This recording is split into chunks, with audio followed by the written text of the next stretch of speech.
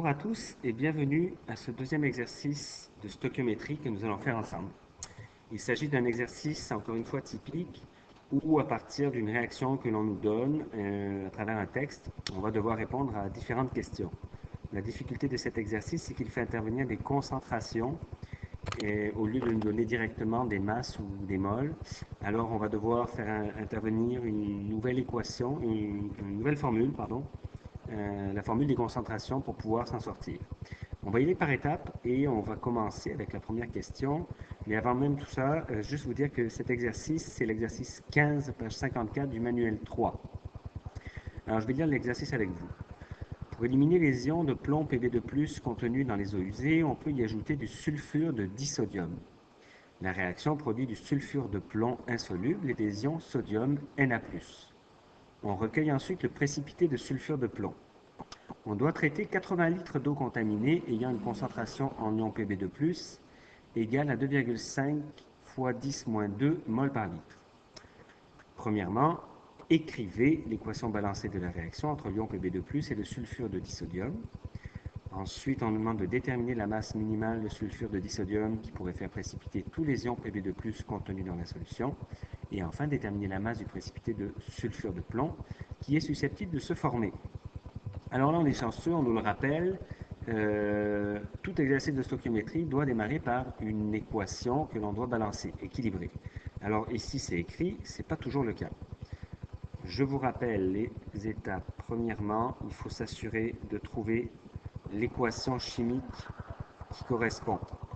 Deuxièmement, il va falloir l'équilibrer. Troisièmement, on dressera notre tableau avec les moles, les masses molaires et les masses. Alors on y va pour la première étape. Écrivez l'équation balancée. Je vais lire le texte. Qu'est-ce que je comprends dans le texte? On veut éliminer des ions de plomb Pb2+, qui sont dans des eaux usées. Donc ça va être au départ. Et pour ce faire, on va ajouter du sulfure de disodium. Donc c'est bien ce qu'on a au départ. À la fin, on va produire du sulfure de plomb et des ions sodium. Alors j'ai donc, si je réfléchis, on me dit que je fais réagir des ions de plomb avec du sulfure de disodium. Alors, ça, c'est sa formule. Et qu'est-ce que j'obtiens à la fin? J'obtiens, si je lis le texte, du sulfure de plomb, alors PbS, avec des ions sodium. Donc là, je suis en train d'écrire l'équation. Évidemment, tout de suite après, j'ai fait mon équation, est-ce qu'elle est équilibrée? Alors en fait, elle est presque équilibrée. Si je regarde, j'ai un atome de plomb ici, j'en ai un seul ici, tout va bien. J'ai deux atomes de sodium, j'en ai qu'un ici. Et j'ai un atome de soufre des deux côtés. Autrement dit, la seule différence entre les deux, c'est le sodium. Alors, je vais juste avoir besoin, rapidement, j'ai même pas besoin de faire toute la méthode, juste deux ions sodium ici, et c'est fini. Dans mes réactifs, j'ai bien deux ions sodium, un soufre et un plomb, un soufre et deux sodium. Donc là, c'était très facile à équilibrer. Notez au passage que c'est assez rare qu'on travaille avec des charges. Ici, on nous donne le plomb avec ses charges. De plus, eh bien, il est tout à fait normal et il est même nécessaire de se retrouver avec deux charges positives dans les produits. Les voilà, 2 fois 1, ça fait bien deux charges positives. Donc, on va continuer. On a fait notre équation, on l'a équilibrée. Maintenant, je fais mon tableau. Alors, je vais poser mes moles, mes masses molaires et mes masses. J'ai pas de coefficient devant, ça veut dire 1. Donc s'il n'y a rien ici, c'est 1. Une mole de plomb réagit avec une mole de sulfure de disodium pour former une mole de sulfure de plomb et 2 moles d'ion sodium. Les masses molaires, si je regarde dans mon tableau périodique, je me rends compte que le plomb, c'est, en arrondissant, environ 207 grammes par mol. Le sulfure de disodium, si j'additionne, je trouve que ça fait 78 grammes par mol. Le sulfure de plomb, j'additionne le plomb et le soufre et ça me fait 239 grammes par mol. Et enfin, le sodium, c'est environ 23 grammes par mol. Pour la masse, je vous rappelle que la masse est égale au nombre de moles multiplié par la masse molaire. La masse molaire, je l'ai trouvée dans le tableau périodique. Le nombre de moles, on l'a déterminé, ce sont les coefficients stoichiométriques qui sont ici. Et maintenant, la masse, je multiplie petit n par grand n. Je trouve donc 207 grammes de d'ion plomb, 78 g de sulfure de disodium, 239 g de sulfure de plomb et 2 fois 23, 46 g d'ion sodium. J'ai terminé mon tableau, je peux vérifier si je ne me suis pas trompé. Comment faire? J'additionne mes réactifs, donc ça ce sont les réactifs à gauche, et j'additionne les produits. Normalement, s'il n'y a pas d'erreur, je devrais trouver la même masse. Et effectivement, 207 et 78, ça fait 285 g de réactifs, 239 et 46, 285 g de produits.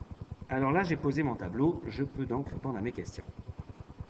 J'ai terminé cette partie. La question maintenant, on va revenir en bleu. J'ai terminé le A. Petit b, déterminer la masse. Je cherche une masse de sulfure de disodium. C'est ce que je cherche. Je cherche donc une masse de sulfure de disodium. Ici, je suis dans la colonne des masses et dans la ligne des masses, dans la colonne du sulfure, sulfure de disodium, excusez, c'est lui. Sulfure de disodium est ici. Ça, c'est le sulfure de plomb dont on va se servir tout à l'heure, la masse du sulfure de plomb. Dans un premier temps, la question petit b, sulfure de disodium, le voilà, qui pourrait faire réagir tous les ions plomb. Alors, j'ai le sulfure de disodium et on me demande de faire réagir les ions plomb. Ce que je vais pouvoir trouver grâce à l'information du texte, j'ai une concentration ici pour les ions plomb.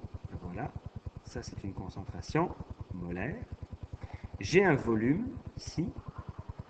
Je vais donc être capable de trouver un nombre de moles d'ion plomb pour la première question.